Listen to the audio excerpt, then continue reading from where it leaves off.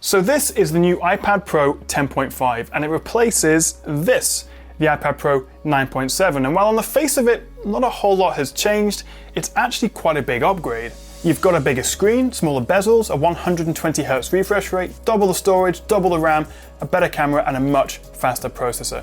It is a bit more expensive though, starting at £619 or $649, so it is an awful lot of money, but is it worth it?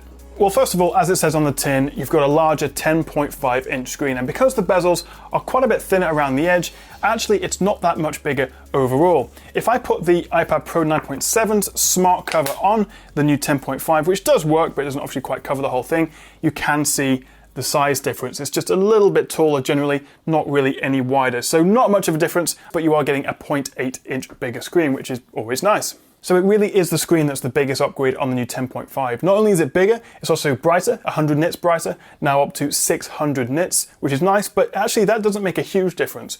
What does make a huge difference is the stunning new 120Hz refresh rate, or what Apple are calling their Pro Motion display.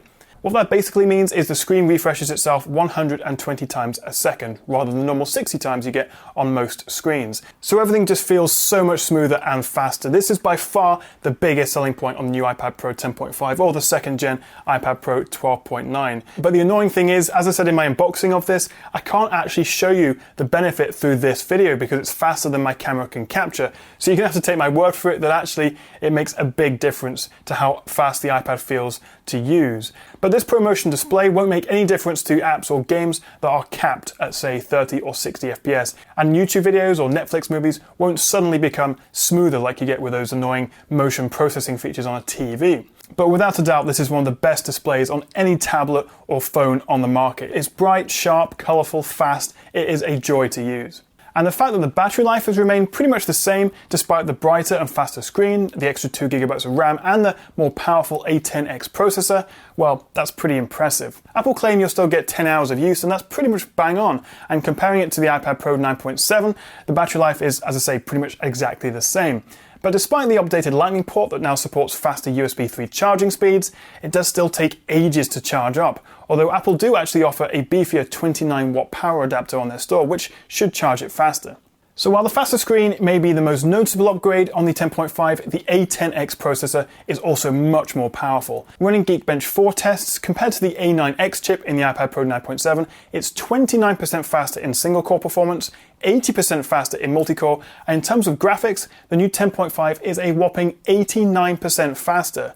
With a new processor and double the RAM, the new 10.5 is significantly more powerful and no doubt helps the iPad reach the 120 frames per second it needs for that smoother Pro Motion display. But aside from that, the performance boost isn't really that noticeable elsewhere. Games like Real Racing 3 or Asphalt 8 feel just as smooth on the 9.7 as they do on the 10.5. But hopefully this extra horsepower, along with iOS 11 coming later in 2017, will allow developers to make even better looking and more powerful apps for the iPad going forward.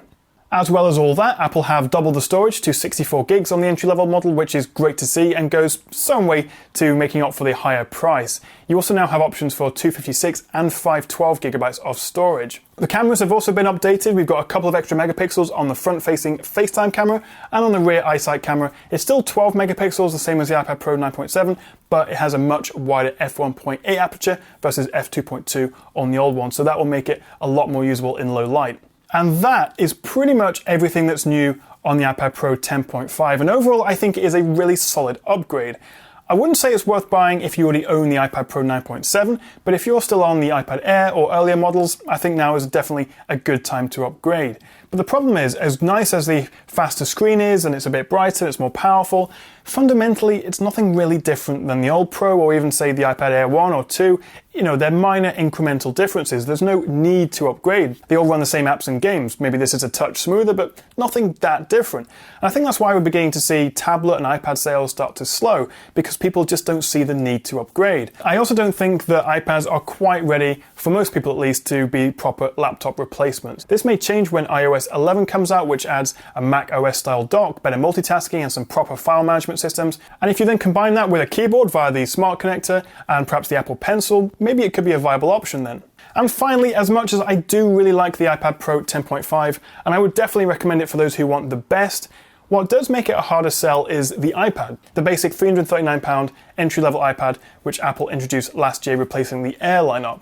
It does lack some of the Pro's features, but at nearly half the price, it's much better value for someone who just wants an iPad. It still runs all the same apps and games and has the same 10-hour battery. But as I say, if you want the absolute best tablet experience on the market, the iPad Pro 10.5 or the new 2nd gen 12.9, if you want the bigger screen, are the best options, and I highly recommend them. So are you interested in buying the new 10.5, or are you going to stick with what you've already got? Let me know in the comments. Thank you very much for watching, guys. Please like and subscribe if you enjoyed the video. I'll see you next time right here on the Tech Chap.